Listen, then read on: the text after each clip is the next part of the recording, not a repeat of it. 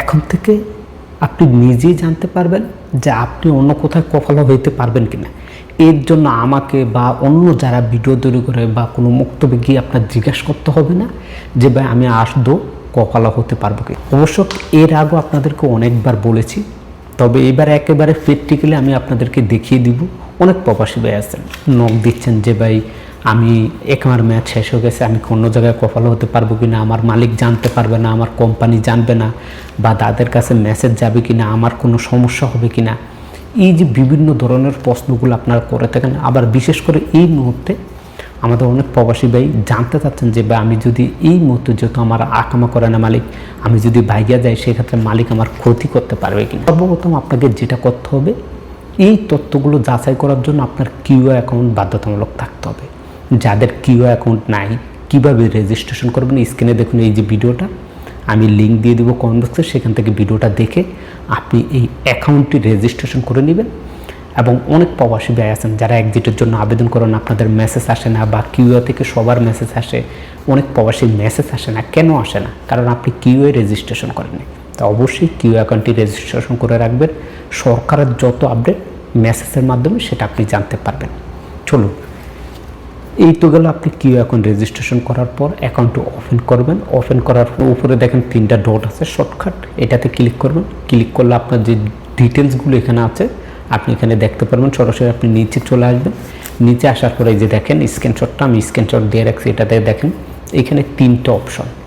একটা হচ্ছে work permit, একটা হচ্ছে আপনার ইকামা, এবং একটা হচ্ছে আপনার কন্ট্যাক্ট।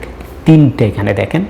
কন্ট্যাক্ট দিয়ে শুরু করে একবারে নিচেরটা, সকল প্রবাসীরই কিন্তু মালিকের সাথে কন্ট্যাক্ট থাকে, তো সেটা সবুজ থাকলে সমস্যা নেই, সেটা কোনো দেখার বিষয় না।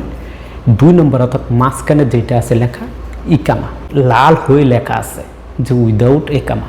এই ব্যক্তি আসার পর থেকেই তার ইকামা হয় নাই, যার কারণে এখানে উইদাউট ইকামা লেখা আছে। যদি তার ইকামা করা হতো এবং ইকামার মেয়াদ শেষ হয়ে যেত, তখন এইখানে উইদাউট ইকামার জায়গায় এখানে লেখা থাকতো এক্সপায়ার, এরকম লাল হয়ে দেখে রাখুন এক্সপায়ার লেখা আসতো। পুরো বুঝতে পারছেন। এবার আসেন উপরে হচ্ছে ওয়ার্ক পারমিট। ওয়ার্ক পারমিটটা কি? সেটা হচ্ছে আপনার কাজের পারমিট।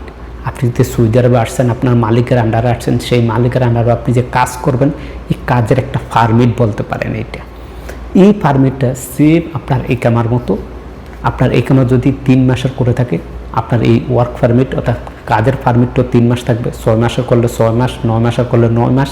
আপনার ইকামা যদি 1 বছরের জন্য করে, সেক্ষেত্রে ওয়ার্ক পারমিটের টাকা পেমেন্ট করলে এইটাও 1 বছর আসবে। তবে এইখানে একটা ঝামেলা আছে। যদি আজকে আপনার ইকামাটা করে, আজকে ধরেন 11 তারিখ, এখন তো এই 11 তারিখ থেকে মে মাসের, আগামী বছর মে মাসের 11 তারিখে কিন্তু আপনার ইকামার মেয়াদ শেষ হয়ে যাবে। কিন্তু আপনার যে ওয়ার্ক পারমিট, সেটা কিন্তু ইকামার মতো সেম হয় না, সেটা হয় একটু ভিন্ন ডিবেট, হয়তো বা 1 মাস 15 দিন 8 পিস হয়। আশা করি বুঝতে পারছেন। আমি তো এগুলো সব আপনার বোঝানোর জন্য বুঝাইছি।